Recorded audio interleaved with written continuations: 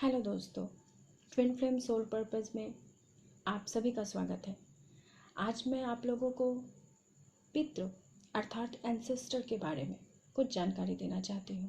हमारे पितृ जिनके हम वंशज हैं, जो हमारे कुल हैं, अर्थात बहुत सारे जगहों पे पितृदेव को कुल देवता भी कहा जाता है। कहते हैं ट्विन फ्लेम जर्नी में पितृदोष प्राय लोगों की कुंडली में आता है, क्योंकि हमारे पितरों को मुक्ति चाहिए होती है।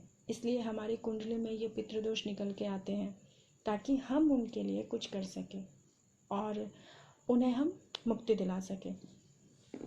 ऐसा सिर्फ ट्विन फ्लेम जर्नी में नहीं, बल्कि आम तौर पर सभी लोगों को जीवन में होता है। और कभी कभी तो ब्राह्मण लोग बहुत ज़्यादा हमें डरा भी देते हैं। न जाने क्या क्या तरीके, कितने हवन, कितने पैसे ले लेते हैं और कितने बड़े बड़े नियम भी बता देते हैं। कभी कभी तो हम उन सारे नियमों को सुन के ही डर जाते हैं और उन्हें करना तो बहुत दूर की बात है, हम करते भी नहीं हैं। बहुत समय में बोला जाता है पितृकाल में ये कीजिए, वो कीजिए, स्पेशल डे होते हैं। बट मेरा मानना ये है, एक्चुअली मैं अपने ये तजुर्बे से आपको बता रही हूँ कि मेरी भी कुंडली में ऐसा कुछ मुझे पता चला कि हाँ ऐसा कुछ है और हम लोग इस चीज़ से पीड़ित हैं बहुत सालों से। तो मुझे कुछ ऐसा धीरे धीरे मैंने शुरू किया, जैसे कि जिसकी जो भी इच्छाएं हैं वो कीजिए, डेफिनेटली कीजिए। मैं किसी को कुछ भी करने से मना नहीं कर रही हूँ कि हाँ आप वो मत करो, आप वैसा मत करो, आप किसी ब्राह्मण के पास मत जाओ। अगर आपकी अंतरात्मा कहती है कि आपको अपने पितरों के लिए करना है, डेफिनेटली कीजिए। जितना भी दान करना है, जो भी करना है कीजिए। बट जो लोग होते हैं कि उनकी कुछ इकोनॉमिक कंडीशन ठीक नहीं है, या फिर जो लोग नहीं कर सकते हैं, जिन्हें पता नहीं है कि बेसिकली हमारी कुंडली में पितृदोष है या नहीं है, तो ऐसे भी अगर हम पितरों को मतलब किसी दिन तारीख के समान अगर उनको याद ना करके, अगर हम उन्हें रोज़ याद करते हैं, हर रोज़ रोज़मर्रा की ज़िंदगी में हम अगर उन्हें याद करते हैं, तो इसमें कोई बुराई नहीं है जो मैंने किया है। तो इसके लिए डरिए मत, बल्कि ऐसा कुछ नहीं होता है। वो हमारे पितृ हैं, हमारे ही वंशज है, तो उनका आशीर्वाद हमेशा हमारे सर पे होता है। तो आप बस कुछ ऐसा कीजिए जिससे कि उन्हें शांति मिले। तो जब मैं ब्राह्मण के पास गई थी, मैं भी बहुत डर गई थी। मुझे भी लगा था पता नहीं अब क्या होगा, कैसे होगा। मैंने भी ये एक्सपीरियंस किया है, तभी आपको बता रही हूँ। और बस कुछ महीने मैंने इसको फॉलो किया, 2 से 3 महीने में, और मुझे बहुत ज़्यादा शांति मिली। मतलब मुझे ऐसा लगा कि हाँ अभी सब कुछ ठीक है। जैसे कि मैं आपको बताती हूँ कि मैंने क्या क्या किया। पितृदेव के लिए सबसे लाभकारी होती है कौवों की सेवा करना। तभी जब कोई इंसान, अगर हमारे बुजुर्ग, अगर हमारे किसी की डेथ हो जाती है, तो उन 14 दिनों का जो हमारा कार्यक्रम चलता है, उसमें हम कौवों को बुला के खाना खिलाते हैं, राइट। तो इसके लिए होता है कि आप उन्हें फीडिंग करना शुरू कीजिए, मतलब उन्हें खाना खिलाना शुरू कीजिए, और साथ में पानी पिलाना भी, सिर्फ खाना नहीं, साथ में पानी।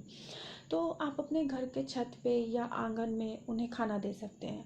और जैसे आप खाना देने जा रहे हो, तो उन्हें ये फीडिंग देते वक्त, उन्हें खाना देते वक्त बस आपको ये मंत्र बोलना है, ओम पितृ देवाय नमः।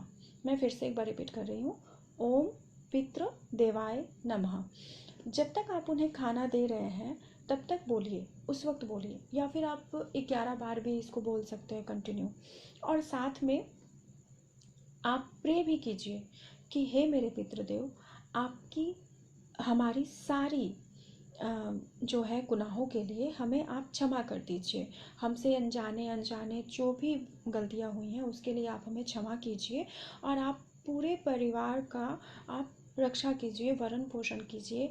आपका आशीर्वाद हमेशा हर पल हमारे साथ है, हमारे पूरे परिवार के साथ है, और आप हम सबके रक्षक बनकर हर पल हमारे साथ रह रहे हैं। और साथ ही में आप यूनिवर्स को कहिए कि हे भोलेनाथ, आप जिस भी भगवान को मानते हैं आप उनका नाम लीजिए और कहिए कि हे भोलेनाथ, हे प्रभु, आपने हमारे पूर्वजों की हर एक गलतियों को क्षमा कर दिया है, और उनके सारे गुनाहों को, पापों को क्षमा करके उन्हें अपने चरणों में आपने स्थान दिया है। आपने हमारे पूर्वजों की आत्मा को शांति प्रदान किया है, अर्थात उन्हें मुक्ति मिल चुकी है। वो आपके चरणों में स्थान प्राप्त कर चुके हैं और उनकी आत्मा बिल्कुल शांत हो चुकी है, बिल्कुल मुक्त हो चुकी है उनकी आत्मा, उन्हें मोक्ष प्राप्त हो चुका है। इसके लिए आपका बहुत बहुत बहुत बहुत शुक्रिया। और साथ ही में आप अपने पितरों को भी बोलिए कि आप हर वक्त हम लोगों के साथ है, आपका आशीर्वाद हम लोगों के साथ है। इसके लिए हे पितृदेव, आपका बहुत बहुत शुक्रिया, थैंक यू सो मच। ठीक है, इसके अलावा आपको जो भी दान करना है, जैसे ब्राह्मणों को कुछ डोनेट करना है, या फिर किसी मंदिर में जाके किसी गरीब लोगों को कुछ डोनेट करना है, मंदिर में पूजा पाठ करनी है, या फिर जो भी आपको करना है, पूजा में आपको वस्त्र दान करना है, कुछ खाने का सामान डोनेट करना है, आप बस जब भी कुछ डोनेशन देते हैं ना, किसी को भी कुछ हेल्प करते हैं, तो आप उस वक्त कहिए ओम पितृदेवाय नमः। तो ऐसे क्या होता है कि आप जो डोनेट कर रहे हैं उसमें से आपके डोनेशन का जो है 50% भाग बोलिए, या फिर कुछ भी परसेंटेज जो है वो आपके पितरों को भी जाती है, और आपके पितरों के जरिए से होके वो आपको मिलती है। ठीक है, तो इससे क्या होता है कि आपके पितृ जो कि देख रहे हैं कि मेरा बच्चा मेरे लिए ये सब कुछ कर रहा है, तो इसमें उनकी आत्मा को शांति मिलती है।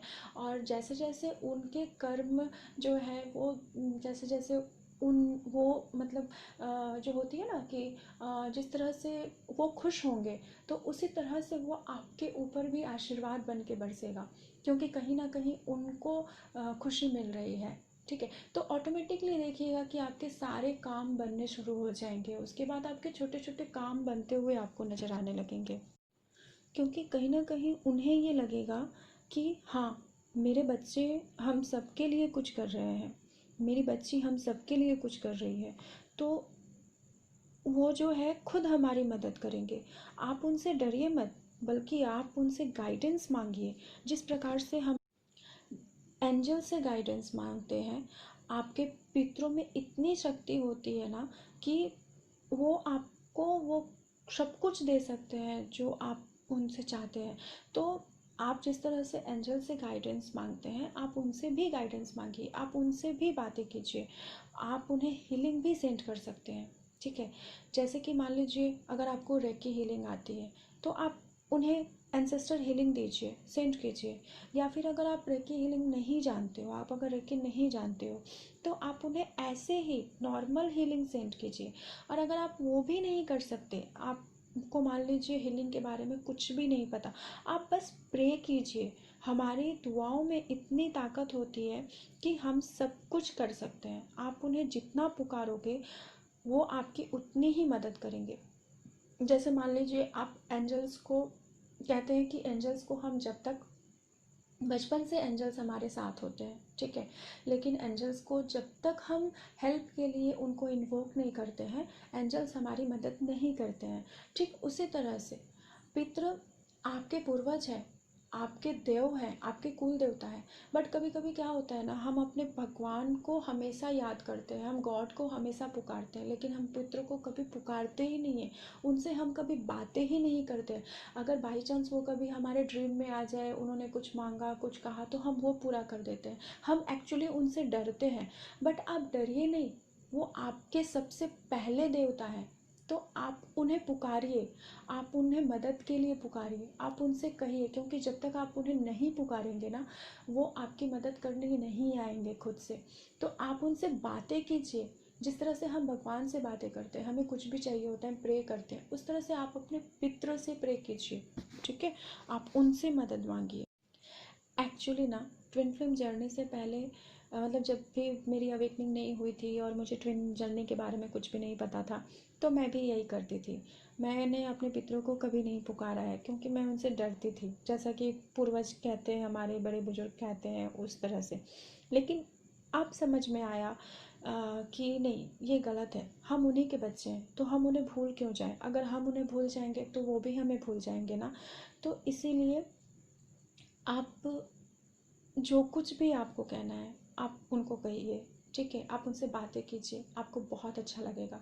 बिकॉज़ आप भगवान से मांगते हो, लेकिन भगवान को भी अगर कुछ देना होता है, गॉड को, यूनिवर्स को हमें कुछ देना होता है ना, तो वो सबसे पहले हमारे पितृ से ही परमिशन मांगते हैं। जब हमारे पितृ हमें देने के लिए राजी होते हैं, तभी गॉड, यूनिवर्स हमें वो चीज़ें प्रोवाइड करते हैं। ठीक है, तो इसके लिए आपके पितरों का, कहते हैं ना, पितृ अगर आपसे खुश है तो आपकी बिगड़ी तो यूँ चुटकियों में बन जाती है। ठीक है, तो वही है, ऐसा ही है। तो इसीलिए पितृदोष से डरिए मत, बल्कि अपने पितरों को सिर्फ त्योहारों में याद करने के बजाय हर दिन याद कीजिए, हर दिन उन्हें बुलाइए, हर दिन उन्हें खाना दीजिए। आप जो भी खाना खाते हो उसका पहला जो है कुछ अंश निकाल के आप अपने पितरों को जाके दे के आइए, कौवों को खिला के आइए। ठीक है, इससे आपको बहुत अच्छा लगेगा। कुछ दिनों में आपको उनके आपके साथ होने का, मतलब आप फील कर पाओगे कि हाँ वो है आपके साथ, हमेशा उनके साथ होने का एहसास आपको होने लगेगा। या फिर वो आपके ड्रीम में आएंगे, या फिर हीलिंग के टाइम पे आप उन्हें देख सकते हो। जैसे कि मैंने हीलिंग के टाइम पे देखा है अपने पितरों को, उनसे बातें भी की है। ठीक है, तो ऐसे ही चैनलिंग में भी वो आपसे बातें करते हैं, जैसे कि मुझे चैनलिंग में आती है, मैं अपने पितरों से चैनलिंग में बातें भी करती हूँ। इसीलिए मैंने ये शेयर किया, ये मेरा पर्सनल एक्सपीरियंस है एक्चुअली, इसी के लिए मैं आपको बता रही हूँ। क्योंकि कहीं ना कहीं मैंने अपने दीदी को और बड़े पापा को मतलब जो मेरे बहुत करीब थे, एक्चुअली बहुत करीब, मतलब बहुत क्लोज, पर इन दोनों को मैंने अपने आँखों के सामने मुझे छोड़कर जाते हुए देखा है। तो एनीवे, मुझे चैनलिंग हो जाती है, और हीलिंग के वक्त भी मैं इन्हें देख पाती हूँ, मैं इनसे बातें कर पाती हूँ। ठीक है, तो इसलिए जो है मैं आपको बता रही हूँ।